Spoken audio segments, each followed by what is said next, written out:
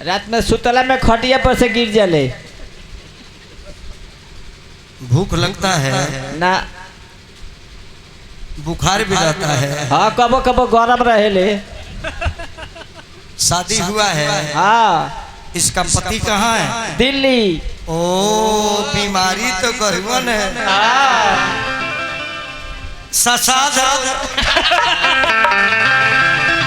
Clinic में चलिए भाई साहब, आप बताइएगा। ठीक है इमरजेंसी वार्ड में जा रहे हैं। लेट जाइए लेट जाइए।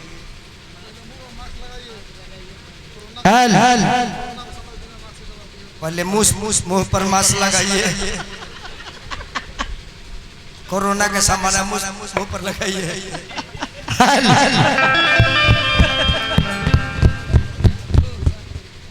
आप देख रहे हैं इजी एंटरटेनमेंट के माध्यम से। रहते दूसरे एरिया में तो बुझाई दूसरा। कंपाउंडर। यस सर। ऑपरेशन का सब जुगाड़ तैयार कर लो। सब सोची वची छुड़ा के घूर में फूंक दो, मूर्छा जर जाएगा। जो भी बताना है सच बताना है। दिक्कत क्या है?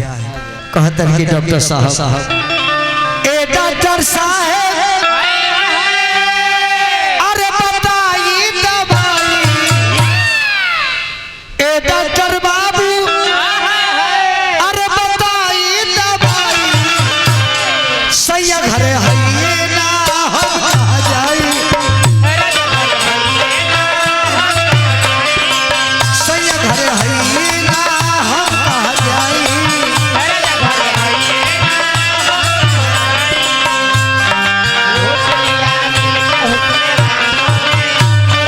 आप देख रहे हैं इजी एंटरटेनमेंट के माध्यम से।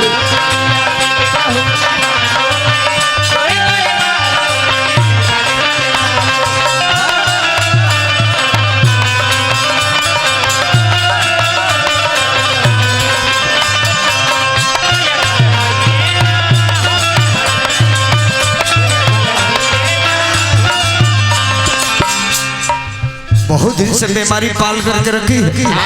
बोलो बोलो क्या दिक्कत है? बिरह के तावा पर तन छमकाता, जुल्मी जवानी के ताला रुकाता।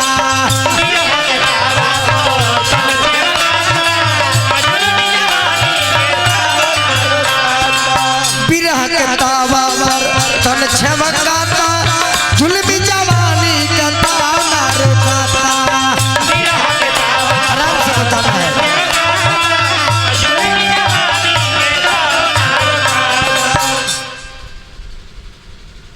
कौन चीज का रोटी खाई हो? मड़ुआ के। तो आपका खोइए हमारा के।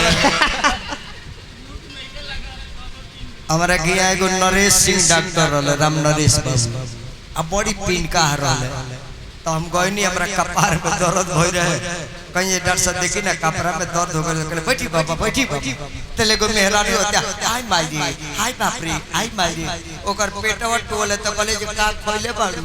अब तो दू को मड़ुआ के रोटी तो कहतर अब हमरा का खाई दिया। अब का खइबे रे? हमरा के लीलबे खा रे। अब लजाइल बड़ी कर बीमारी सब तो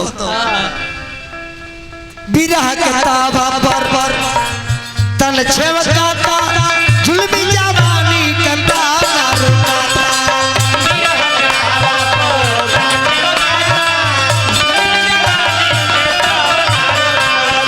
लुटी लगा दे हम उनकर कमाई।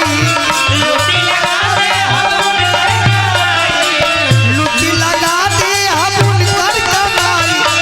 सैया घर हइए ना हम शांति रहो शांति रहो।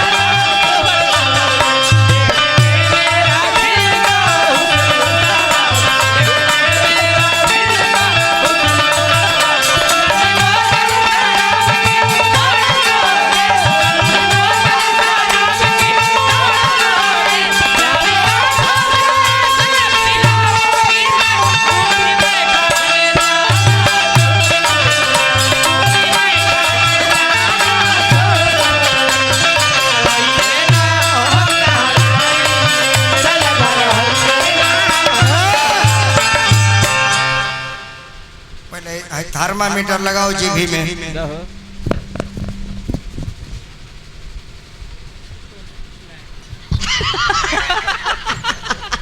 बुखार देखना है। मुबा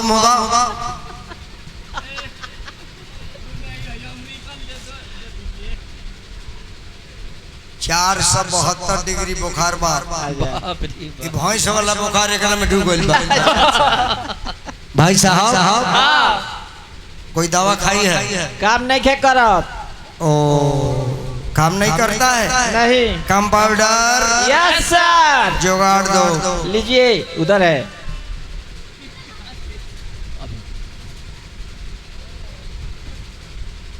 ये कौन सा आला है डॉक्टर साहब? नोकिया कंपनी का आला है। कहाँ से आया है? आला लगाई सांस लो, खींचो छोड़ो, खींचो छोड़ो।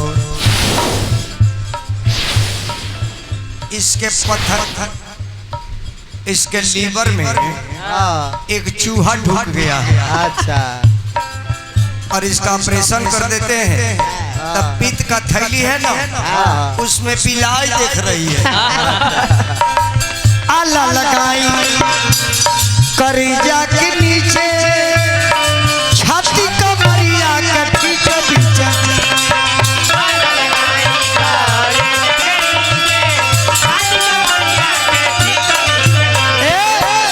कभी टैबलेट खाई है? खाई है मगर काम नहीं करता है। खबरदार!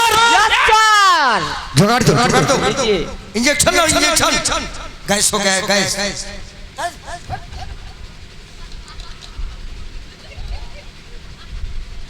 ये कौन सुई है डॉक्टर साहब? मार देता ने भैंस वाला पिन्हा जा दियो बे। डिटॉल कहाँ है? डिटॉल खत्म है।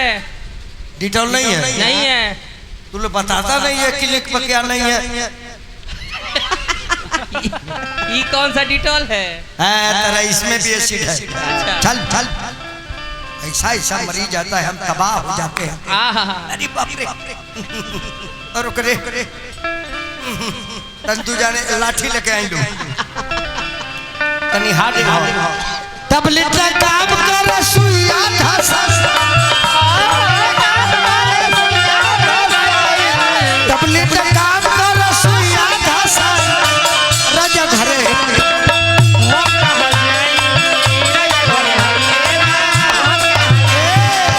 तब कहलस मरीजवा, ए डॉक्टर बाबू बीमारी हो जा नहीं खे, सब सिंगार करके बनी इंतजार में, पागल दिमाग बाबल बुआ के प्यार में। आप देख रहे हैं इजी इंटरटेनमेंट के माध्यम से। ए गिरी बाबा कैसे रगवा छिपाई, राजा घर हई ना हम जाई, राजा घर हई ना हम जाई। सोई पर कुछ आराम है, सुबह शाम एक टैबलेट चलेगा। एक टैबलेट को खाने से समझना जे कपिला आहार खा रही हूँ। ना एक कैप्सूल दे रहे हैं।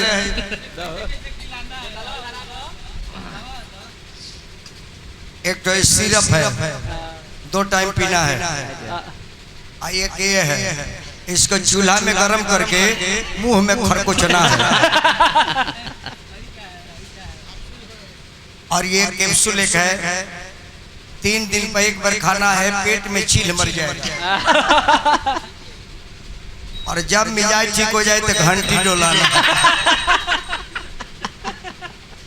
लेकिन बाजे लग तो बड़ी सुहावना लगे। जाओ जाओ जाओ, अब कुछ आराम हो।